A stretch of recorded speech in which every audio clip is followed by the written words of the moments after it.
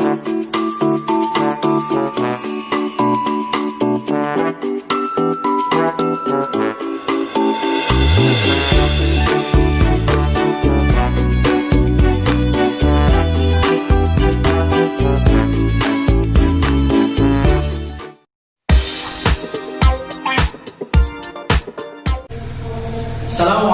warahmatullahi wabarakatuh. Berjumpa lagi dengan saya Wahyu Setiawan. Bagaimana kabarnya hari ini anak-anak? Semoga semuanya dalam keadaan sehat walafiat. Ya, semoga juga semuanya dalam keadaan fresh, baik pikiran maupun badannya.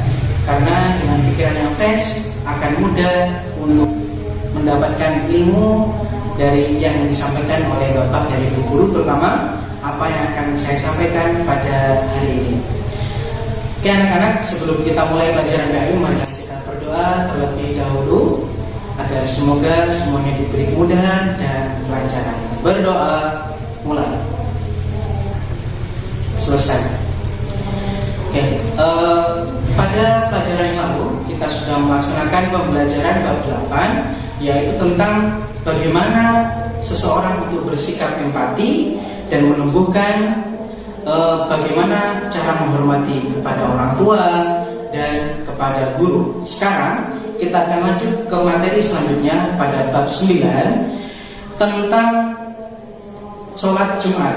Nah, dalam bab 9 ini berjudul mengukur rasa persatuan di hari yang kita tunggu. Nah, di sini ada hari yang kita tunggu. Hari yang kita tunggu di sini yang dimaksudkan adalah hari Jumat. Nah, kenapa kok hari Jumat? Nah, hari Jumat itu dalam agama Islam memiliki istilah lain yang artinya Sayyidul Ayyam.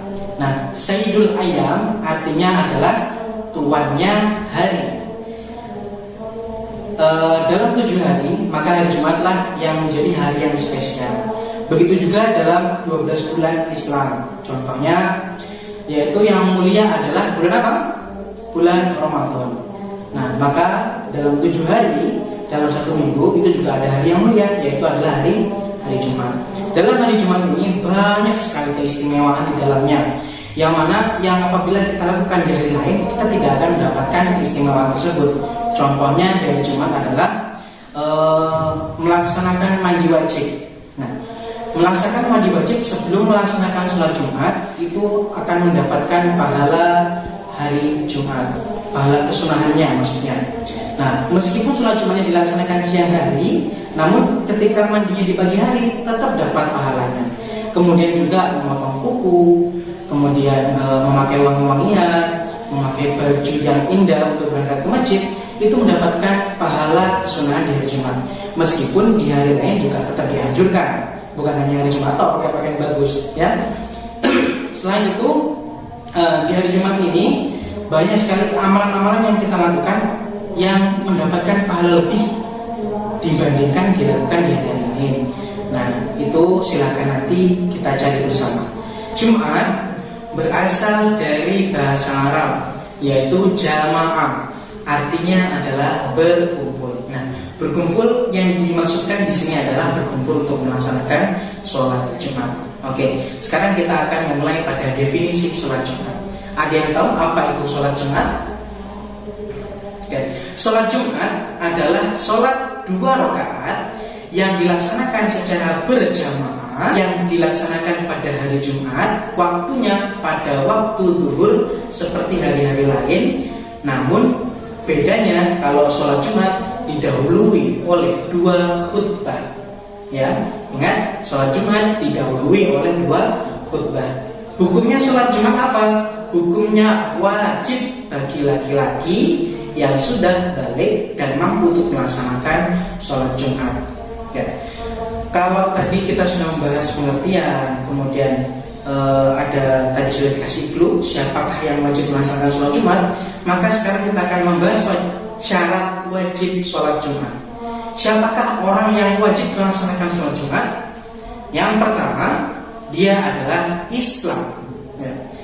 Yang kedua, dia dalam kondisi sudah balik. Nah, balik ini adalah suatu keadaan yang sudah dilalui oleh seseorang atau seseorang tersebut sudah mencapai umur tertentu. Contoh, apabila perempuan maka dia dikatakan balik apabila sudah mengalami yang namanya haid atau menstruasi. Sedangkan bagi laki-laki dia dikatakan balik apabila sudah mengalami yang namanya mimpi basah. Namun apabila baik perempuan maupun laki-laki belum mengalami haid dan menstruasi, maka ketika mereka mencapai umur 15 tahun, maka mereka dianggap balik seutuhnya. Itu syarat yang nomor 2. Syarat nomor 3 adalah dia sehat akalnya. Jadi dalam tanda kutip waras ya. Kalau misalkan orang yang tidak sehat akalnya atau bisa kita sebut mohon maaf gila, maka dia tidak wajib untuk melaksanakan sholat Jumat. Kemudian syarat yang keempat adalah laki-laki. Nah, di sini diwajibkan bagi laki-laki. Namun kalau perempuan boleh melaksanakan sholat Jumat, namun tidak diwajibkan. Sedangkan yang terakhir yaitu harus bermukim. Jadi orang yang melaksanakan sholat Jumat tersebut adalah orang-orang yang ada di sekitar daerah tersebut. Kalau misalkan musafir boleh menggabung, tapi ada syaratnya nanti. Ya, ini tadi adalah syarat-syarat orang yang wajib melaksanakan sholat Jumat.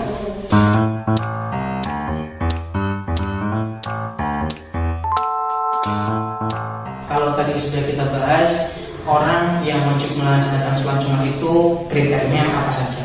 Kemudian sekarang kita akan membahas yang kedua. Kalau tadi ada orang yang wajib melaksanakan sholat Jumat, maka ada orang yang boleh tidak melaksanakan sholat Jumat. Nah, keadaan apa saja yang memperbolehkan orang tersebut tidak melaksanakan sholat Jumat? Yang pertama adalah dia dalam keadaan sakit. Jadi ketika dia sakit, dia tidak bisa berjalan menuju ke masjid, apalagi melaksanakan berjamaah bersama orang-orang banyak, maka dia boleh tidak melaksanakan sholat Jumat, namun tetap wajib melaksanakan sholat duhur. Bukan tidak bukan sholatnya libur, tidak, tapi tetap mengganti menjadi sholat duhur.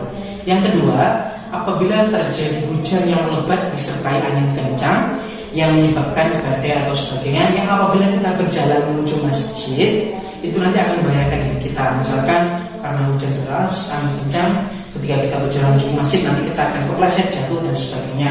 Maka untuk menghindari kejadian itu, maka boleh mengganti sholat Jumat dengan sholat duhur.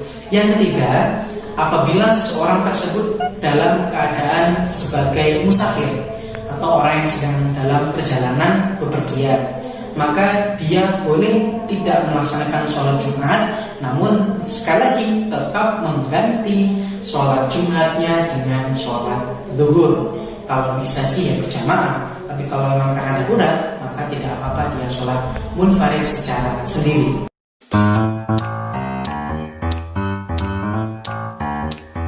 Demikian tadi telah kita pelajari bersama, yaitu terkait dengan pengertian dan juga syarat wajib orang yang melaksanakan sholat Jumat dan juga halangan yang memperbolehkan seseorang untuk tidak melaksanakan sholat Jumat. Nah, sekarang kita akan membahas yang selanjutnya, yaitu syarat sah melaksanakan sholat Jumat. Nah, sholat Jumat seseorang atau sholat Jumat kalian dikatakan sah apabila memenuhi syarat.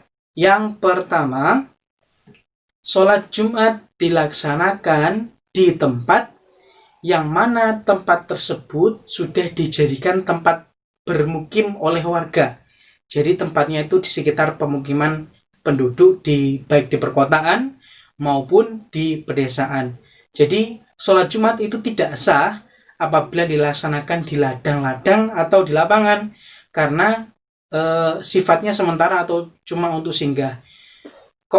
Kok bisa Pak sholat Jumat di ladang-ladang itu? Misalkan seperti ini, banyak petani-petani yang berangkat pagi di hari Jumat, kemudian untuk mereka pulang dari ladang ke rumah kan jaraknya lumayan jauh. Jadi akhirnya mereka berinisiatif melaksanakan sholat Jumat di ladang ketika itu. Nah, maka sholat Jumat mereka itu dianggap tidak sah.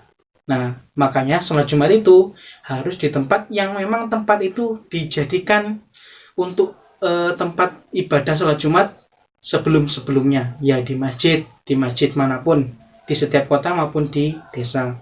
Nah, syarat yang kedua, sholat Jumat dikatakan sah apabila dilaksanakan berjamaah. Ingat, sholat Jumat itu tidak sah apabila dijalankan secara munfarid atau sendiri-sendiri. Ya, nah dalam mazhab Imam Syafi'i, mazhab yang orang Indonesia keseluruhan mayoritas gunakan, minimal jamaahnya adalah 40 orang muslim yang bermukim di sekitar masjid yang ikut berjamaah, atau yang menetap, misalkan kalau kita di Kota Malang berarti ya orang yang bermukim di Kota Malang, seperti itu, minimal 40 orang. Namun ada beberapa pendapat juga imam yang lainnya, mazhab yang lainnya itu minimal 2 orang, ada imam dan ada makmum. Nah, itu adalah syarat yang kedua. Sedangkan syarat sah melaksanakan sholat Jumat yang ketiga, yaitu sholat Jumat dilaksanakan di waktu zuhur. Nah, zuhurnya kapan? Ya seperti zuhurnya ketika hari-hari di luar Jumat. Bedanya, kalau misalkan sholat Jumat itu didahului azan dulu yang pertama, kemudian semuanya berdiri lalu melaksanakan sholat sunnah qobliyah Jumat. Kemudian selanjutnya khotib naik mimbar, atau sebelum itu ada Bilal yang mengisyaratkan bahwa waktunya khotib untuk naik mimbar. Kemudian setelah khotib naik mimbar mengucapkan salam, dilanjutkan dengan azan yang kedua.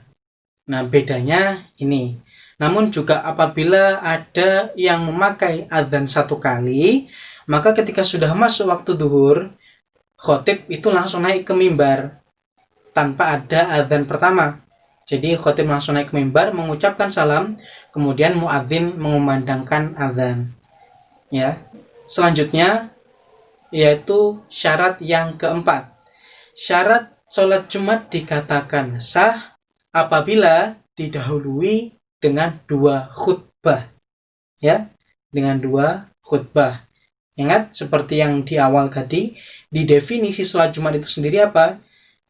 Yaitu sholat yang didahului oleh 2 khutbah. Maka apabila sholat Jumat kok nggak ada khutbahnya, maka sholat Jumatnya tidak sah.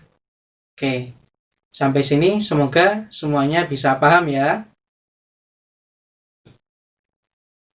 Nah, demikian tadi adalah materi terkait sholat Jumat awal. Jadi masih terkait definisi, syarat orang yang melaksanakan sholat Jumat, kemudian syarat sahnya sholat Jumat, dan kemudian juga halangan-halangan yang memperbolehkan orang untuk tidak melaksanakan sholat Jumat, itu kita pelajari pada pertemuan kali ini.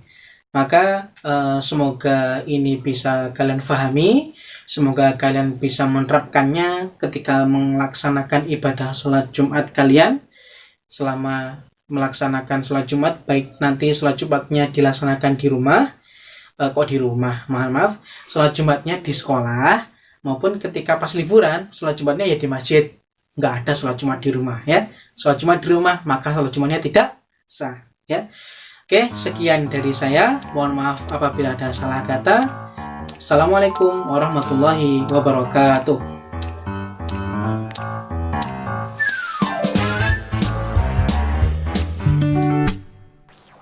Materi telah disampaikan. Maka, marilah kita lihat seberapa paham kalian pada materi kali ini dengan menjawab pertanyaan-pertanyaan berikut. Semoga beruntung. Mari kita mulai dari sekarang. Pertanyaan pertama, apa yang kamu ketahui tentang sholat Jumat?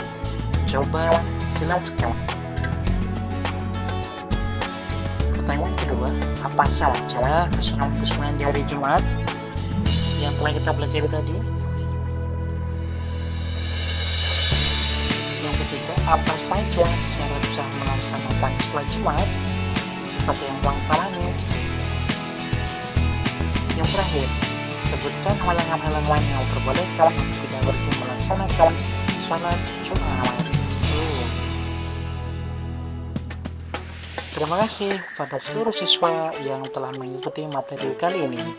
Semoga bermanfaat dan sampai ketemu lagi. Ingat, tetap semangat dan terus belajar untuk menggapai kesuksesan di masa